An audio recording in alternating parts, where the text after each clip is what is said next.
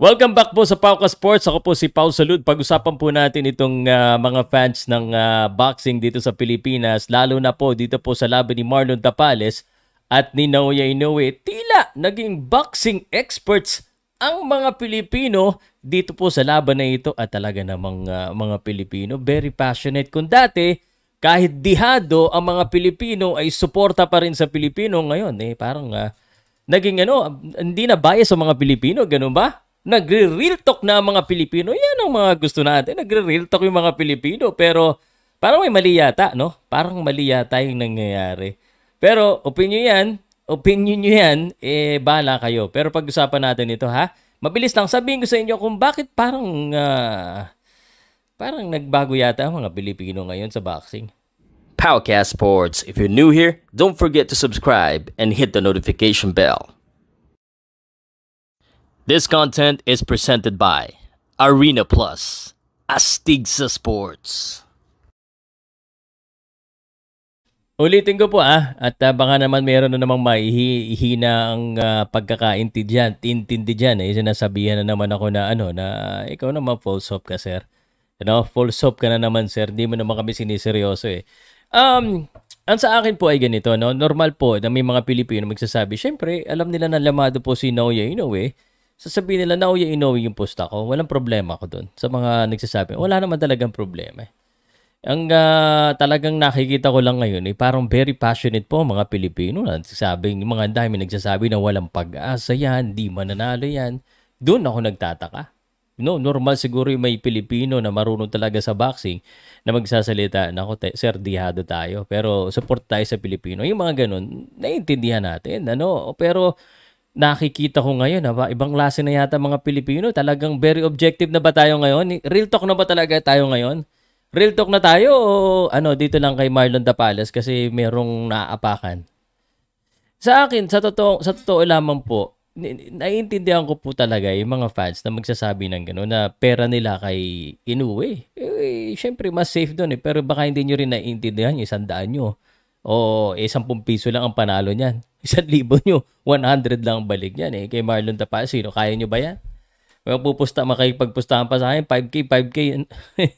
Guys, naiintindihan ko po yung ibig sabihin ninyo. Pero yung mga Pilipino na kala mo mag-comment, sobrang boxing experts na alam na matatalo kagad daw si Marlon Tapales, parang mali yata. Walang pag-asa daw, no? Parang baligtad Naalala ko dati na kahit anong mangyari sa Pilipino ang Pilipinas. Nagbago na ba tayo? Ano na ba tayo? Parang Mexico na tayo na talagang titingnan natin yung odds kung sino yung namado, sino dihado. Wala na tayong pakialam sa watawat, kumbaga. Hindi na natin inisip na, Marlon Tapales, Pilipino, pinagmamalaki yung Pilipinas, may daron 2 belt. Kung sakali po na manalo si Marlon Tapales, magiging undisputed si Marlon Tapales, no? At may wala na ring nagsasabi na matalo, Pilipino tayo, basta maganda lang ang laban ni Marlon Tapales dito. Pero parang hindi na, no?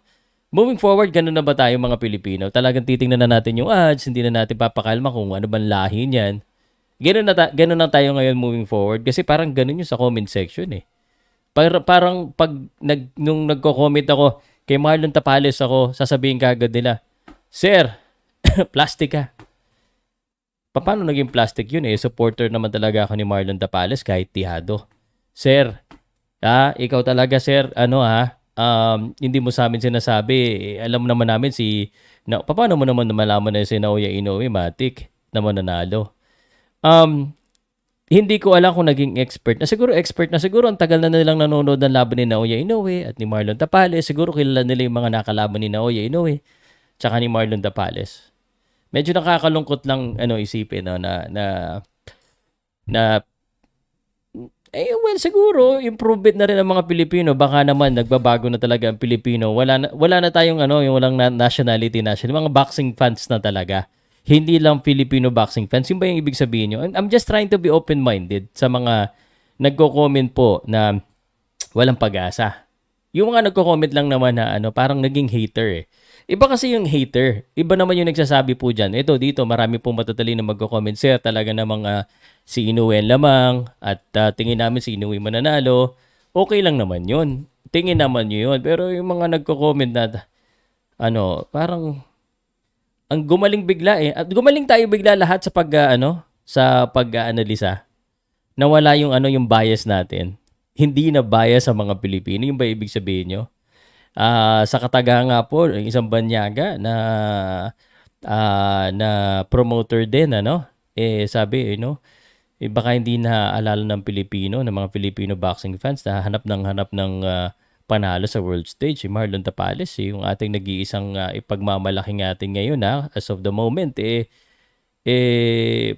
paano lalago yung boxing sa Pilipinas kung alam mo yung kung hindi natin susuportahan, parang shame on you, di ba? Shame on you talaga. Ito pa isa, guys. Alam natin na dihado na. Naalala nyo pag ang Pilipino lumalaban kahit saan yan, gera or saan, lagi tayong lagi tayong dihado. Alam mo kung saan lang tayo labang. Kasi basketball, pati sa basketball, naalala mo yun? Sa basketball, buti pa ngayon sa basketball nga yung Gilas, ang daming sumusuporta kahit alam na nilang dihado na matatalo. Pero kita mo 100% talaga yung suporta nila. And they cheer on the Gilas Pilipinas. Pero ngayon parang nagbabago na tayo, Nagiging global mindset na ba talaga? Yun ba yung ibig sabihin nyo dyan? No? Pag may isang kagaya ko na magsasalita na solid ako Marlon Tapales, niluloko ko na kayo. Ganun ba yon? Anyway, wala naman po akong kumbaga, nandito lang ako everyday. Just wanted to remind you how big this fight is para sa ating lahat.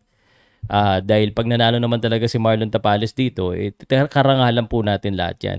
Actually, kahit naman po hindi siya manalo, basta maganda ipakita niya, nakaka-proud pa rin. Kasi, sabi ko nga, just to put your name beside Naoya Inoue, it's already, history for all of us. For all of us. So, sana, kung may bagay po na sa Pilipinas, naiintindihan ko sa Japan o sa ibang bansa, sa Amerika, talagang karamihan sa kanila, supporter po talaga ng Hapon kasi siya yung lamado eh. Pero dito sa Pilipinas, yun ang hindi ko maintindihan. Why so many fans don't believe. Pero para kay Marlon Tapales, dapat gamitin niya ito parang Mamba mentality, na madaming hindi naniniwala and this is a chance for him to actually prove them wrong and use this as motivation. Habang papalapit po ang laban, magbibigay naman din po ako ng mga objective reasons kung why I'm choosing Marlon Tapales on that. But don't get me wrong, I know the odds, I know na dihado tayo, but there's just something that I'm holding on kung bakit sa tingin ko si Marlon Tapales ang magwawagi dito by knockout. Ulit-ulitin ko po yan, by knockout. Now, if he loses, I lose my hair. But at the same time, it's okay because, that's who I choose to support and paninindigan po natin yan. Sa mga pumupusta naman kayo na, it's up to you guys. Wala namang problema. Just asking you guys, sa mga nanood dito at nandito pa po, please comment naman. Bigyan naman natin ng, motivation ng ating pambato. Because he's already the underdog. Ang lalamang na lang sana tayo. Sabi nga nila, lamang na si Naoya Inoue sa lahat ng bagay sa boxing. Dapat lamang siya sa suporta ng mga fans. Pero mukhang dihado pa rin dito pa sa Pilipinas. May tumatawag na sa akin. Let me know on the comment section, guys.